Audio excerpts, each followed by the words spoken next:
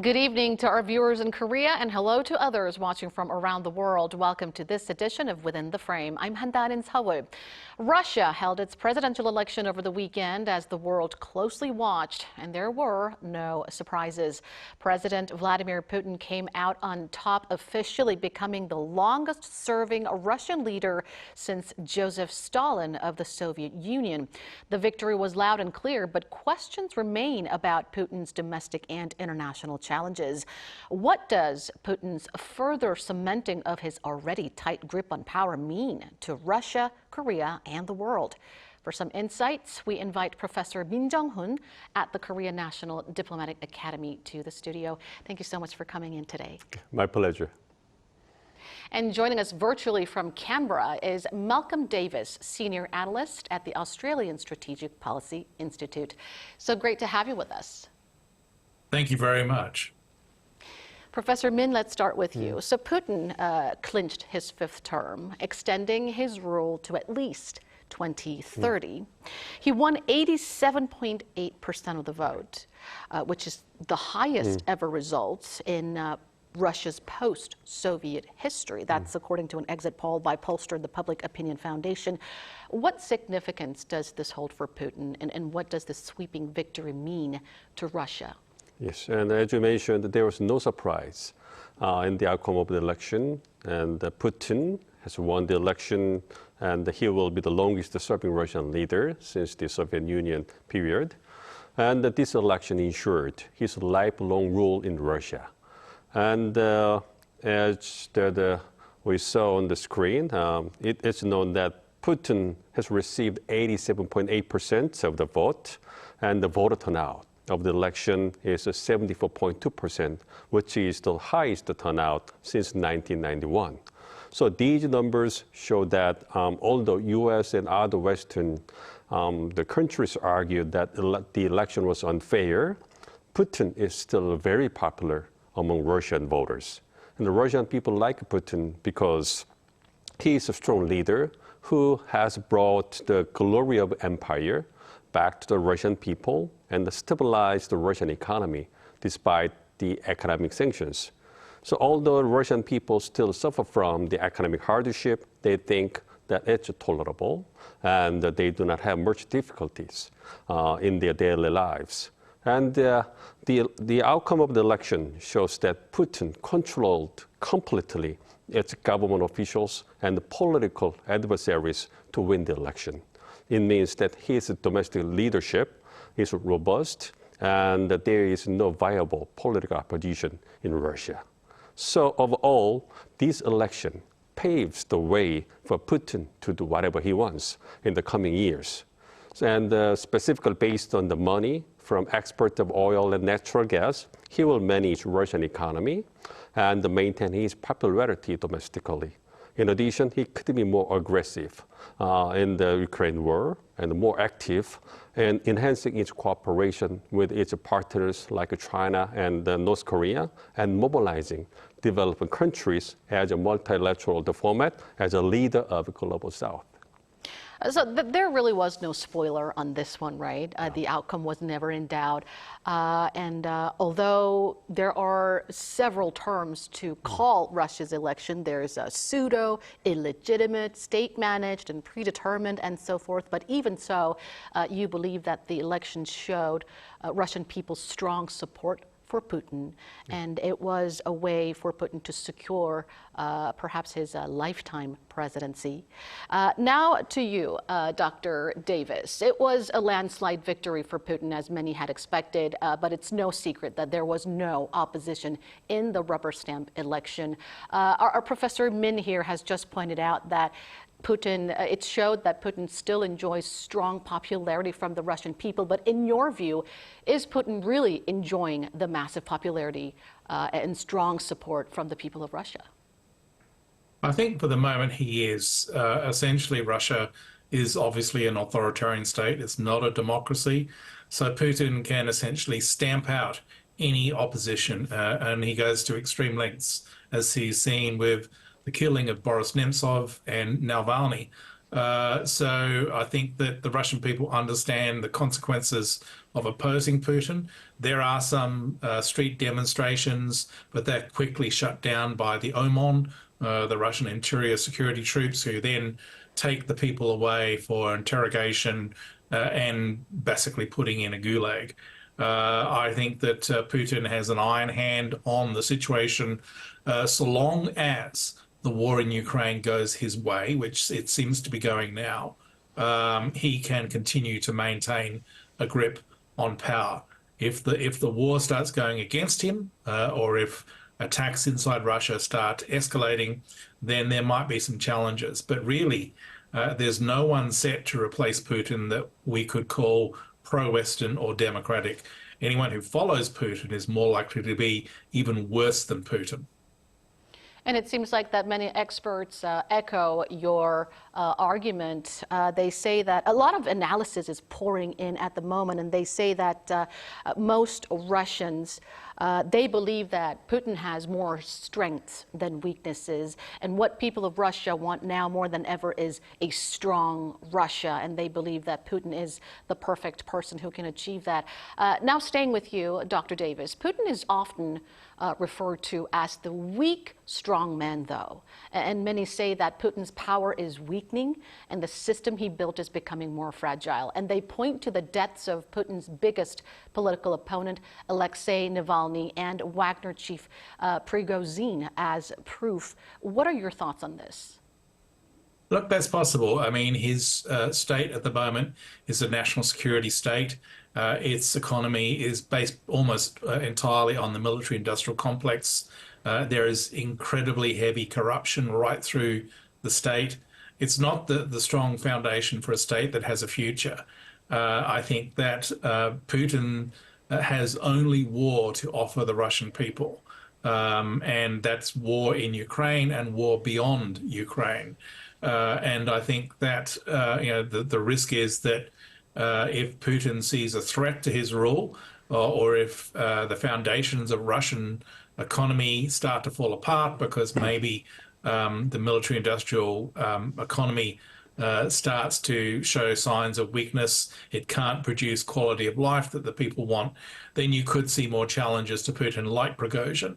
But I think that for the time being, we can't assume that Putin will somehow be removed from power. And as I said earlier, the only replacements for Putin are worse than Putin in terms of being extreme nationalist leaders that are perhaps more willing to even go further than Putin in using military force, not only in Ukraine, but also against the West in general.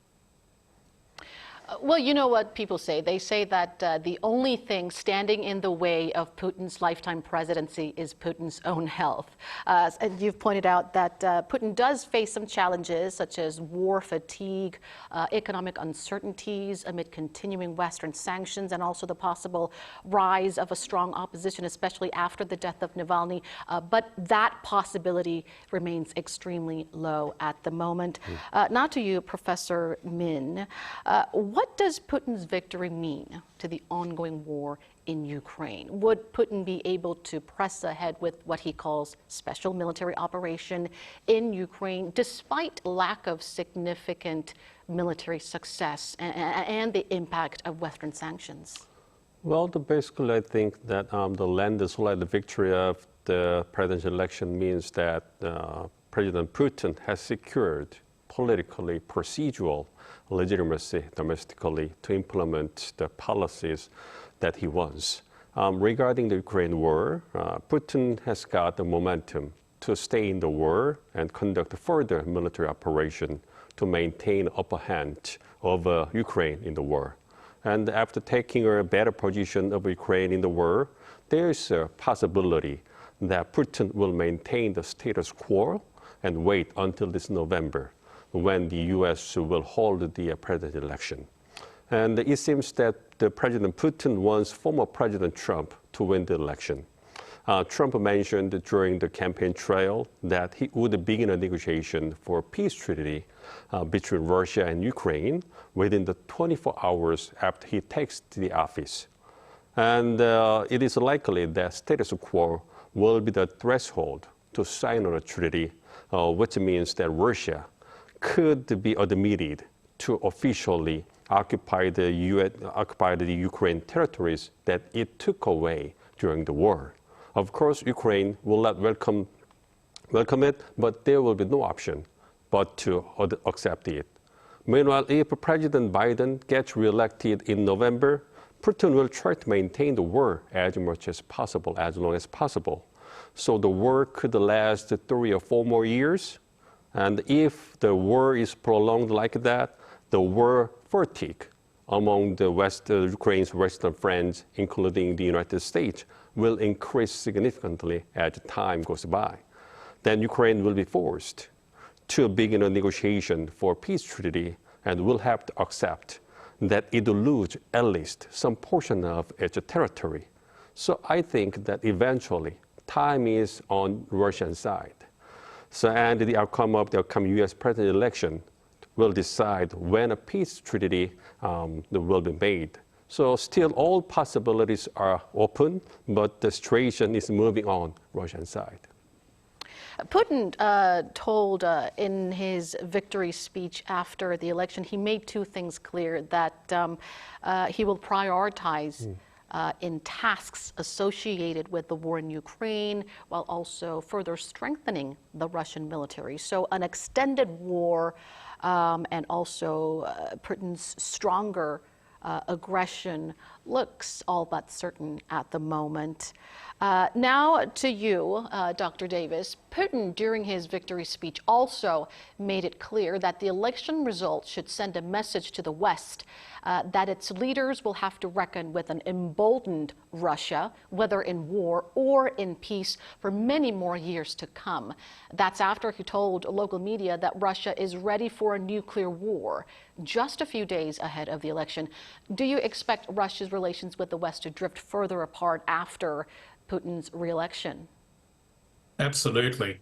There is no way that there will be any sort of rapprochement between the West and Russia with the Putin regime in charge, or indeed I would expect with any follow-on regime in Moscow to be in charge. I think that your other guest, I think, summed up the options in Ukraine quite well. Putin has time on his side. He can outlast the resolve of the West, which is now suffering from war fatigue. So long as Western military assistance is halted to Ukraine, Ukraine is not in a good position to defend its territory. So what you are seeing now is Russian forces steadily advancing in the east and the south, capturing more Ukrainian territory. What they're trying to do is find weak points in the Ukrainian defenses that they can then break through.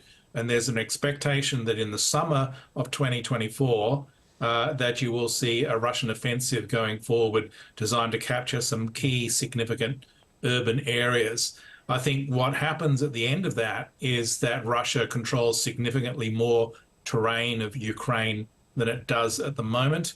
And as your other guest suggested, Trump gets in and basically hands Ukraine to Putin, and at the same time abrogates the United States' responsibilities under Article 5 of the NATO treaty, so therefore shatters NATO as an organization. That then gives Putin the time to rebuild Russian military capability so that in the second half of this decade, Russia is then able to threaten NATO directly with military attacks on its eastern frontier.